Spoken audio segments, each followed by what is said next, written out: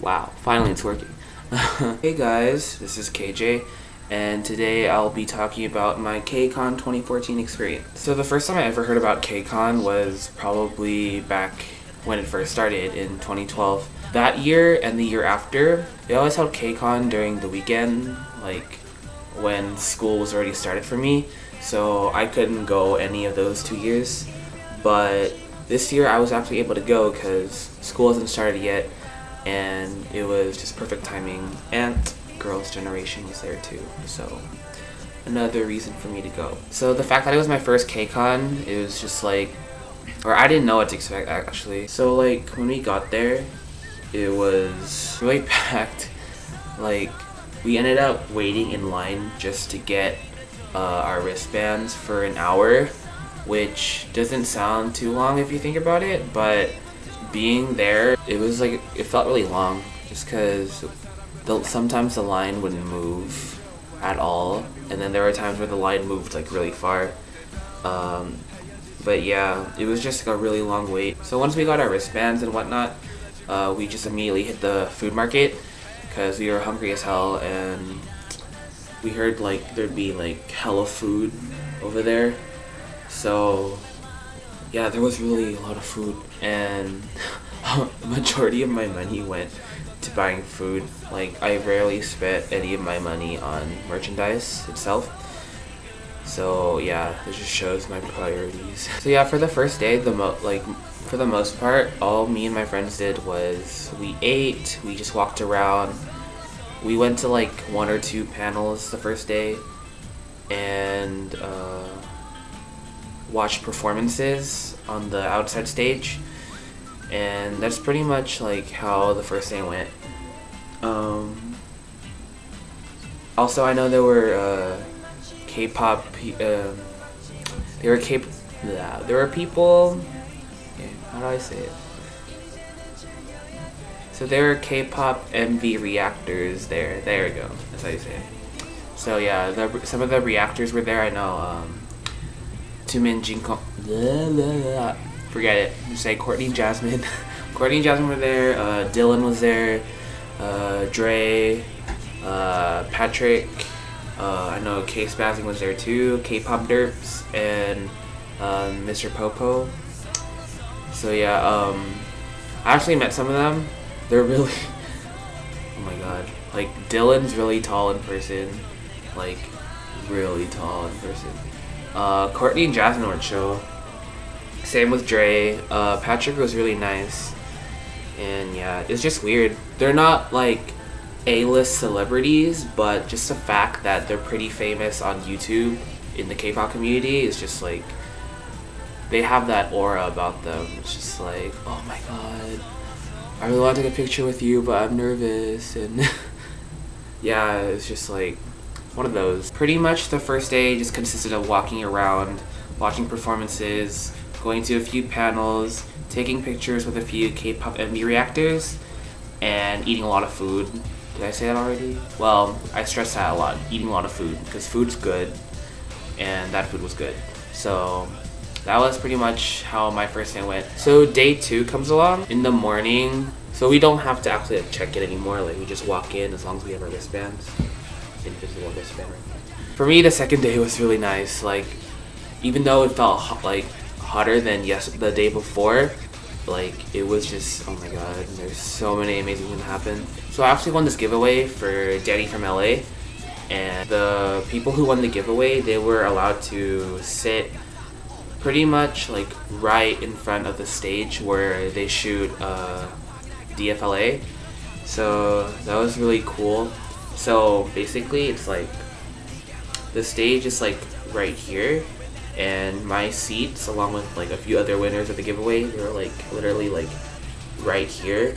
So we were like pretty close to Danny, Dumbfounded, and the other guests that were featured on the show. So the second day, that's how I spent most of it. It was being like in the VIP seating for DFLA, and I got to see BTS and Jung Joon Young really up close.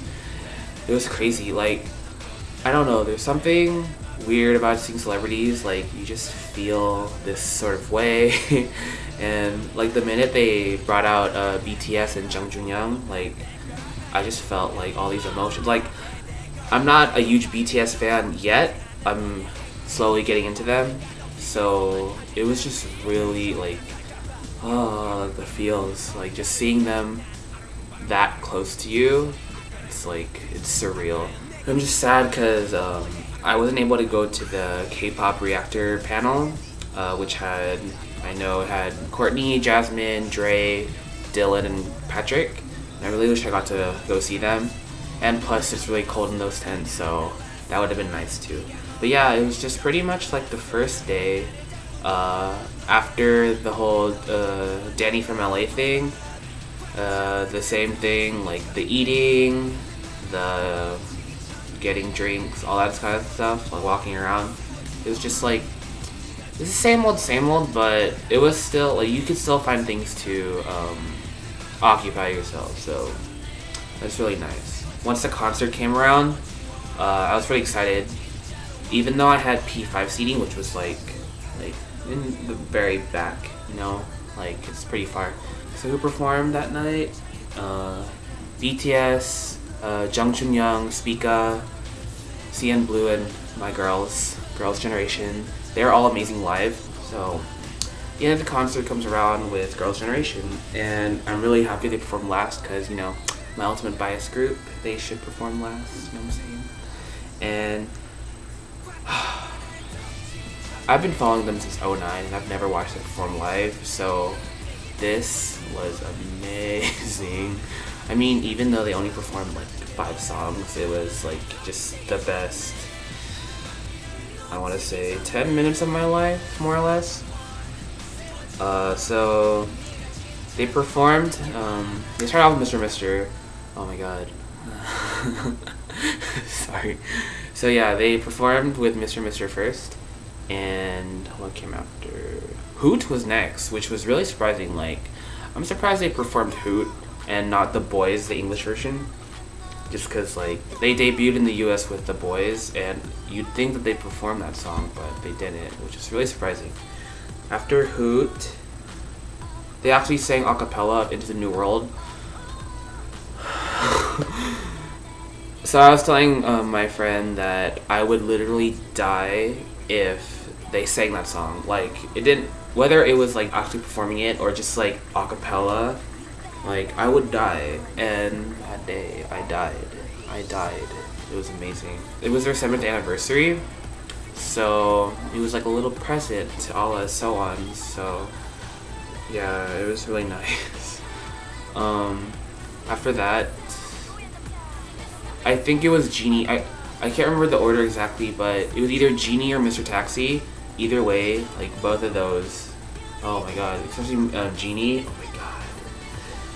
Oh god. But yeah, it was like Genie, then Mr. Taxi. It could be the other way around. I don't know. I don't remember.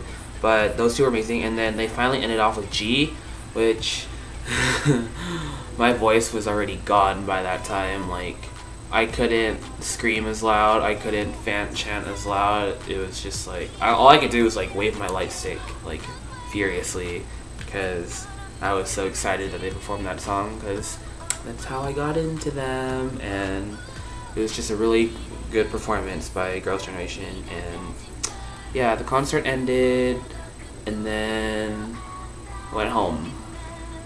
So yeah. So just to summarize my whole KCON experience, it was really fun, and it was a nice experience for it being my first time. And would I go back? Yeah, definitely I would go back.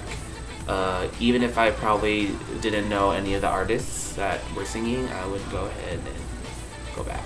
So yeah. And with that, I'll see you guys next time. Bye.